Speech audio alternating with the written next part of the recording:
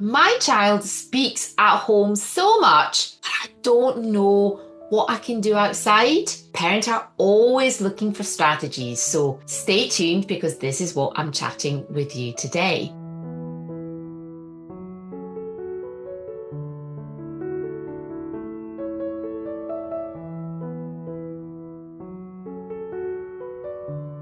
Welcome back to my channel. I'm Anna Biavati, a speech and language therapist with a passion for, obviously, speech, but especially selective mutism or anxiety in communication. Today, I have another video with a very special guest. And Michelle is a colleague speech and language therapist based in Northern Ireland. She specialises in working with children who have speech and sound disorders. If you don't know what it is, just comment below and I'll make another video. Now, Michelle has extensive experience helping children with the autistic spectrum, as well as children with selective mutism. And, she has developed an approach to speech therapy to really help children with all speech and language communication difficulties. But here is, I would say, would I say the secret or something special is that she is also a mother of a child with selective mutism herself. So she has a unique and personal understanding of the challenges parents faces on a daily basis. So this perspective allows her to offer both her professional expertise and empathy to families navigating similar struggles. So let's welcome Michelle and let's see what we can share together. Welcome, Michelle, to the channel. Hi, Anna. Thanks for having me. It's such a pleasure, especially for people that they're not in the UK, well, not in the mainland Scotland. And it's so nice to link, especially with Northern Ireland. What are some practical strategies that parents can use at home to encourage communication without pressurizing your child with selective mutism? Absolutely, Anna. And children are very astute and they're very smart and they know when you're trying to get them to do something. So with us, when we realized my daughter had selective mutism, she was only 2.5. And you think, well, how do you work with a 2.5-year-old who really is only really starting to understand the world? How do you explain selective mutism? How do you bring that into her little mind without the pressure of making her feel like there's something wrong with her or that she has to talk or that she has to do something. So for us, we took a very play-based approach, a very child-centered approach, which I think a lot of parents probably naturally fall into with their children, especially when they're that young. So for us, we played games at home. She has siblings, so we would play games that involve talking, just to give her that confidence for speaking out in her safe environment. Games like the headbands, where you put the wee headband on and you've got the card and you practice asking each other questions, which she could do at 2.5, 3. She was starting to emerge into that kind of back and forth play-based play. We did things like that, but I think what really affected her the most was the silly play. And children love silly play, don't they? And thankfully for us, not so much me. You'd think me with all my speech therapy background would be great at that, but it was actually her dad who really ran with that area. And we had a little tiny figure, the wee fuzzy figures that you sometimes find in cars years and years ago. We had something like that, and he called it Bob. And Bob became this little character in our house, and he couldn't talk to people. So he would only whisper in my husband's ear, and then my husband would say, "Oh, Bob says such and such and such." And my daughter found this hilarious. And we used to talk about Bob. And so Bob became our kind of representative for selective mutism. And it really just grasped her imagination and allowed her to see outside of herself. And I suppose when you think about that process of what we call desensitization is a big long word, allowing the child to take that weight off their shoulders, that they're not broken, that this exists elsewhere in the world other than their little heads. Well, Bob was our first step for that. And obviously we did sit her down, more when she was at nursery 3.5. We sat her down and allowed her to draw her own character, her own brain, and name it. And then we did that kind of more formal desensitization process as well, which I think did make a big difference in her understanding. But she always went back to Bob. Bob was our thing at home. So definitely capturing their imagination, capturing them through play, and allowing them to express themselves in their safe space was a big thing for us. I absolutely love the idea of having a little character. And that's something that in my method I call the depersonalization. So we're not focusing on the non-talking, is you as, I don't know, Daisy, that you're not speaking, but actually you can see it. You're really taking it the next step of, that happens. You can see it because, we often talk to children and we concentrate on what they can't do. And actually, because she was so young, she took it as, really funny. I absolutely love it. So it'd be really nice for you that you're listening to this video to think about, have you ever thought of anything like that? Some people have pets, some people have puppets, but please try it or, let us know. I'm just generally really curious. How can parents then balance accommodating their child's selective mutism with gradually encouraging them participating in social situations? So, for example, family gatherings or going to parties or they're doing stuff at school, because that's a major thing, right? Absolutely. Yeah. And I think as a parent who has two anxious children and one non-anxious child, as you would say, stuck right there in the middle of them both, it is really difficult balancing family life and activities and school with trying to accommodate your child who finds all these things rather scary. And their natural instinct is to say, no, I don't want to go. No, I don't want to do that. Let me stay at home. Don't make me go there. And as a parent, your parent's heart just wants to kind of wrap them up in bubble wrap and keep them there. But that is not going to help them in the long run. And so one of the things I learned quite early, and it was actually from Maggie Johnson when she came over and did a conference with us, and she talked about how, as a parent, our body language and how we respond to things in the environment can absolutely trigger those mirror neurons with our children. And if we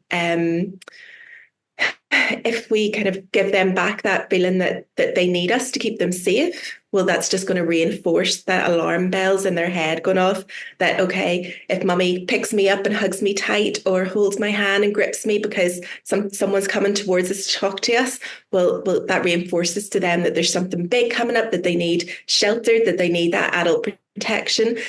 So, for example, I remember going to my brother-in-law's new house, and when I rang the doorbell, my daughter, who was only probably 4 at the time, immediately, you could see that fight or flight response. Someone's coming to the door. The eyes went wide. She looked terrified, and she just turned to me and put her hands up in the air for me to pick her up. And my instinct as a parent is, yeah, I'll pick you up. You're okay. I'll keep you safe.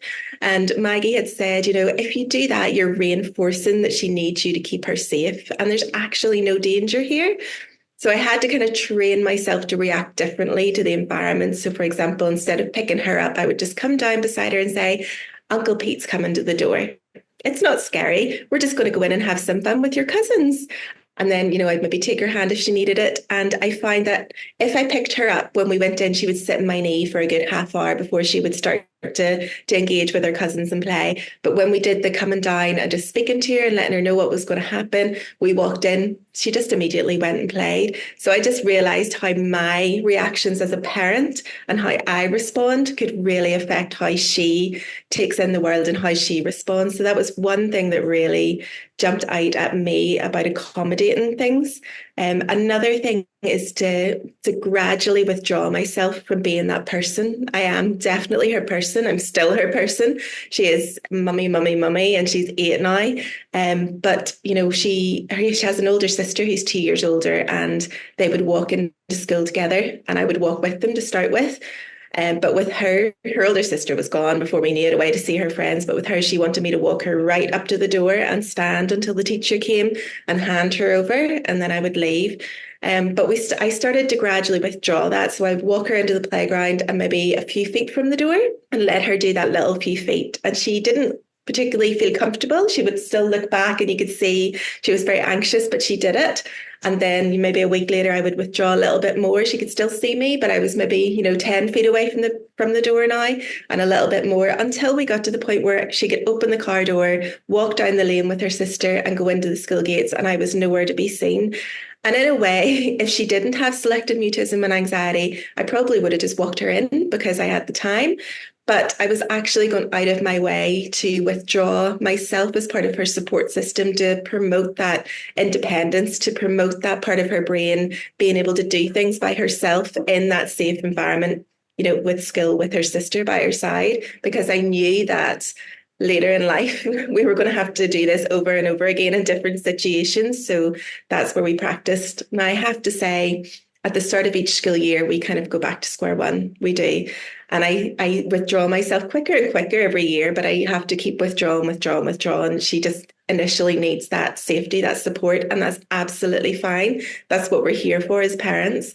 But I do find I have to make a conscious effort to make sure that I'm constantly pushing her a little bit to be independent and to push past those anxieties and those fears that are naturally there in her little brain. So yeah, it's more about what we do as parents, isn't it? Sometimes as to, how we respond and what we push Absolutely. ourselves. I completely agree. I was in it myself, but my child was a bit younger. And in terms of speech, she developed it, the communication, by the time she was in primary one. But I recognize actually still, as a Miss 17, certain anxiety patterns. So in the family dynamic approach that I talk about a lot, is we are all in it. We need to think about where we are in our journey. And I love, and I really want to thank you how humble and, you've kind of put it out there. How did it feel for you? This is a job also for us. Always think about, what am I doing, instead of I've done it wrong. If you have never heard of the word accommodation, that's something that I talk about in the masterclasses all the time, in any of the videos that you watch here. And those are things that we do because we love our children so much and we want to protect them. And it's just natural that accommodation reinforces it. And it's about developing that skill, that being leaving mom or going swimming or talking. The brain doesn't differentiate it. And it's about developing that, brain abilities to be able that I can do it. So it's about finding that balance right in. Well, and if I can't do it, it's okay. I'm going to try tomorrow. So totally accepting. Absolutely. I have to say, all of that ticks my boxes. But let us know, do you find that hard? Where are you in your journey? If you ever thought, well, actually, I thought I was here just to learn about my child. But in actual fact, this is a journey also for you. So something that you've mentioned is things that you do on an everyday basis. So what role does a consistent routine and positive reinforcement play in children with selective mutism? And how can parents, or how have you done it? What have you implemented at home, in order to see specific changes? Mm-hmm. At home with us, I think we very much want this house to be a safe space. With two anxious children, her older brother, he's now 12, and her, he's now 8. They both have anxiety, and it manifests in different ways. And at home, we very much want this to be their safe space. So for that, we do have a very consistent routine. We do let them know what's happening. We, talk about things that are upcoming if they're new. We talk very openly about our alarm bells and our fears and our phobias. So that there's no elephant in the room in this house. It's very much just safe space to talk about. And I do think that my oldest and my youngest have learnt from each other and watching each other, push their boundaries and do their battles. They very much, you can see that look of, oh, he's doing something with his eating, which is very scary for him, but I have to do that with my talking as well, and it's very scary for me. And I do think it's very beneficial for them. At home, we don't really, and this is maybe a bit controversial, but we don't restrict screen time at home, especially straight after school. We've very much seen that after school restraint collapse from both our anxious children, and they do so much when they're out at school. When they get home, we let them decompress, we let them go on their iPads, we let them go to their own rooms. It's very much a low demand environment. Obviously, there's going to be demands later in the day. They have to do their homework, they have to eat their dinner, but we do keep that as low demand as possible. Also do things that I find beneficial, like positive affirmations at night time. Now, I'm not a perfect parent. I don't do this every night, but I try, especially in those times like September, when they're finding it tough and everything's back to the new and back to new teachers. There's one that I do at night, and it's just I say a line and then they repeat it back after me. So I say, I don't have to be perfect. And they say, I don't have to be perfect. I can just be. I can just be. I'm loved and enough. I'm loved and enough by just being me. And I just think, doesn't that just sum up what we really want our children's brains to know? They don't have to be perfect. Anxious brains have a tendency towards perfectionism, towards hating mistakes, towards hating being in trouble. And we very much want them to know they don't have to be perfect.